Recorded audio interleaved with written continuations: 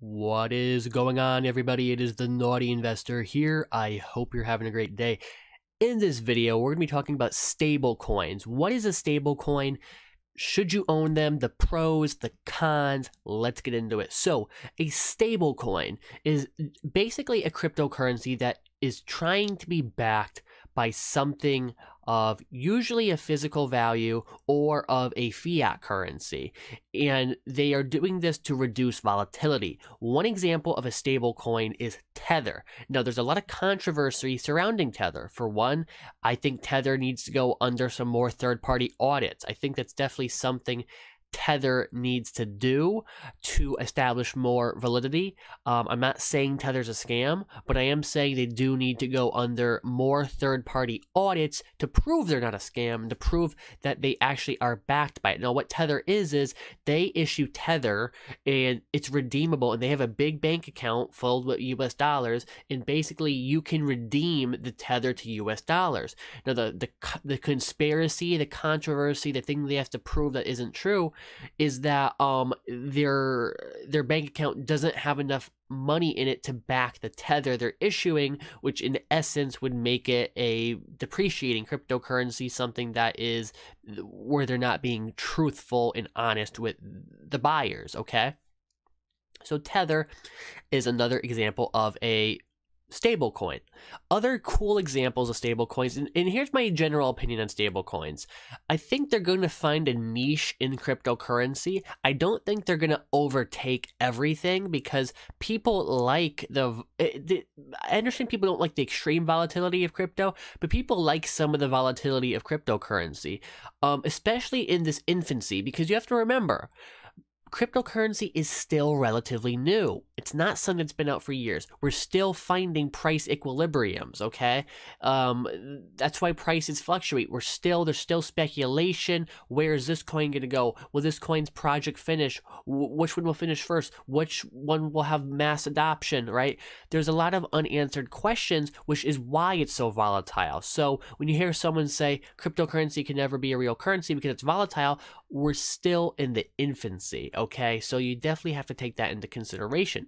Now, where stable coins come in is I think stable coins are good if you want to use them during times of huge dips. So one example of this is if you we all know that there's waiting periods for certain exchanges. Every exchange has some form of a waiting period usually, but for Coinbase, if you're a new user, it could be a few days up to a week. Now, what you could do is instead of doing that, you could just buy Tether, okay, or whatever stable coin you're using. I'm not saying you have to use Tether. There's plenty of other similar ones that is basically at $1 per Tether or $1 per coin. And when you see a mass drop in a cryptocurrency and you want to buy it, and you're not on a fiat exchange, you're on something like KuCoin that doesn't accept US dollar, you can use the stable coin to buy up all those assets, and then you're buying it at the low, and you could sell it at the high, or you could hodl it long term. A lot of different things you could do with that. So that's one use for a stable coin. Another use is to really have a decentralized way of owning an asset. So I've seen projects, and some of them failed, some of them are still in development, right? Where they're trying to have a cryptocurrency backed by like gold or silver. There's some that are working on doing it through real estate. A lot of these projects went through ICO, and some of them I think are going to turn out great. Some of them I think might fail.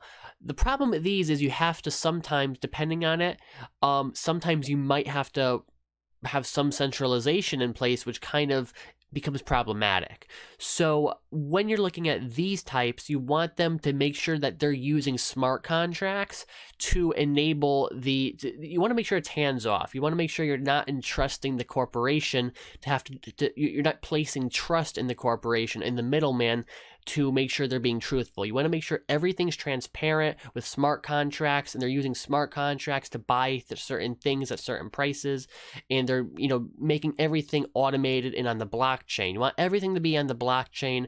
You want all the files stored and kept, and you even might want third-party auditors, like I said, in regards to Tether. But even if say you have a cryptocurrency, someone comes out with it that's backed by gold, you want to make sure that their gold is actually there, and you want to have third-party auditors auditors or some form of blockchain technology to verify that for you. So stable coins are definitely going to find their niche in the cryptocurrency market. I think they're another category of coins. Like I've talked about in the past, there's transactional coins, there's privacy-based coins like Monero, Verge, Zcash. There are smart contract-based cryptocurrencies like Ethereum and Neo, Cardano, right?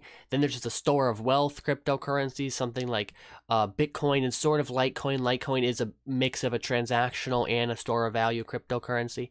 I think stablecoins will find their niche. That's my prediction for the next year.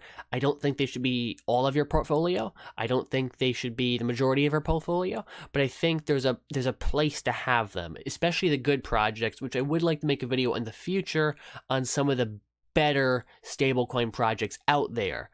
Things like backing it by real estate or backing it by gold. It's a way to diversify yourself. Now, yes, I think the U.S. economy might be in a bubble through years of artificially low interest rates and stuff, but nonetheless, I still think it's an interesting concept. I think they're gonna catch on. Again, they're gonna find their niche, and currently, I don't really own any stable coins, but I might in the future. When I see a project that really establishes themselves, has everything based through smart contracts, has everything in the blockchain, and has third-party auditors to verify, hey, we own this many gold in this safe, and it's backed exactly by the amount of coins we have, right?